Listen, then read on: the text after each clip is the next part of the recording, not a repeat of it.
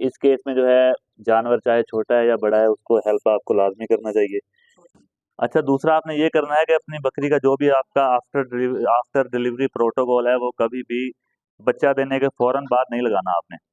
अस्सलाम वालेकुम, welcome to our YouTube channel Haidari goat and dairy farm. आज का हमारे पास केस है जी बकरी की डिलीवरी का। और सावल साहब कहते हैं कि मैंने बिल्कुल साइड पे रहना है, बैठे हुए तो बात ही शायद थोड़ी देर बाद आ जाए। अच्छा, इस बकरी का जो बैकग्राउंड था वो ये था कि हर दफा खड़ी होकर बच्चे देती थी, तो हमने इसका बहुत ख्याल रखा, क्योंकि जब बकरी कोई भी खड़ी होकर बच्चे देती है तो उसका काफी सारे इश्यूज होते हैं। बच्चे अक्सर नीचे गिर जाते हैं, या वजाइना का मुंह प्रॉपर खुल नहीं सकता जब जानवर खड़ा होता है, तो बच्चों की गर्दन पे वजन आने की वजह से बच्चे अक्सर एक्सपायर हो जाते हैं। बल्कि रिसेंटली हमारे पास ये एक केस आया है। तो इस केस में जो है जानवर चाहे छोटा है या बड़ा है उसको हेल्प आपको लाजमी करना चाहिए, क्योंकि अगर आप हेल्प नहीं करेंगे तो जानवर जोर लगाने के बाद थक जाएगा ज़्यादा जोर लगाते हुए, और उसके बाद जानवर जोर नहीं लगा पाएगा बराबर। जी फिलहाल निकाला जी इसका ये एक बच्चा, और ग्लव्स उतारने पड़े हैं, क्योंकि ग्लव्स से सही सेटअप इसका पता नहीं चल रहा था कि बच्चे का सर कहाँ पे है। बच्चे का हुआ ये था कि एक टांग थी आगे, उसके बाद पीछे सर था, और ये वाली टांग जो है ये बिल्कुल पीछे की तरफ बैंड हुई थी।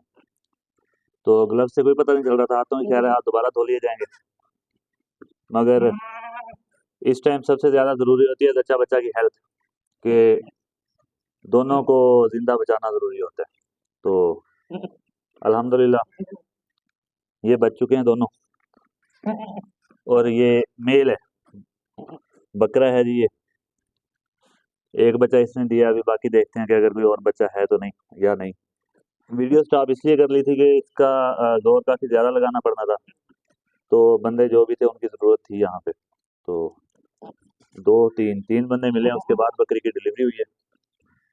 तो इसके बाद हम दिखाते हैं आपको बकरी के बच्चे का जो नेक्स्ट प्रोटोकॉल होता है वो ये होता है कि इसके कान जो है इनको बाहर की तरफ इस तरह बेंड करना है, दोनों कानों को अच्छी तरह। इससे ये होगा कि कान जो इसके जुड़े हुए रहते हैं वो जुड़े हुए नहीं रहेंगे, कान इसके बिल्कुल खुल जाएंगे।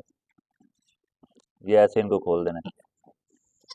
दूजा कान जूम कर नेड़े रखी खड़ी खाऊंगा नेड़े,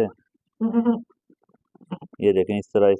ये अगर नज़र आ रहा हो, ये साउंड मैं आपको करके दिखाता हूँ, ये देखें ऐसे इसको रोटेट करना है, रोटेट करके खोलना है इनको बिल्कुल कि ये ठीक रहे, ये कर देना है। उसके बाद ये इसका जो नोज है ये वाली जगह इसको ऐसे पकड़ना है दो उंगलियों के साथ, ये देखें यहाँ पे, इसको ऐसे आगे की तरफ दबाना है, ठीक है, ये दबाना है।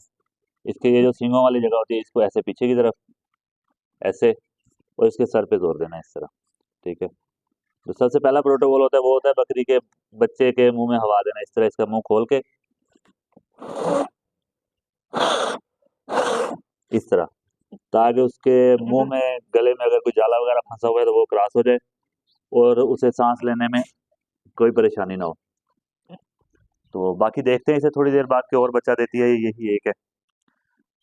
और कभी भी अपनी बकरी को हड़माने खिलाती बन जाए।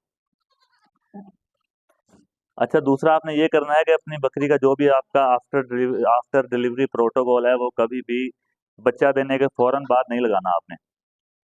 आपने करना ये है कि प्लेजेंटा फेंक दे बकरी, यानी कि जेर जिसे कहते हैं वो फेंक दे, उसके बाद आपने इसे पेन किलर लगाएं या मल्टीविटामिन लगाएं, जो भी लगाएं उसके बाद लगाएं। क्योंकि अगर आप पहले इसे पेन किलर लगा देंगे तो बकरी जोर नहीं लगाएगी और प्लेजेंटा नहीं फेंकेगी, यानी कि जो जेर गिराने का अमल होता है वो मुकम्मल नहीं हो पाएगा। तो इससे पहले, जेर फेंकने से पहले तक बकरी को कुछ भी ना पेन किलर लगाना है ना मल्टीविटामिन लगाना है। उसके बाद का जो भी आप प्रोटोकॉल जो भी फॉलो करते हैं, जो आपको डॉक्टर्स ने बताया हुआ है या जो आपका पर्सनल एक्सपीरियंस है, उसको आप जब प्रोसेस आपका सारा कंप्लीट हो जाए बकरी का बच्चे देने से प्लेजेंटा फेंकने तक, उसके बाद आपने वो प्रोटोकॉल फॉलो करना है। बाकी आपको इंशाल्लाह दिखाते हैं थोड़ी देर तक कि कोई और बच्चा है इसका या नहीं है।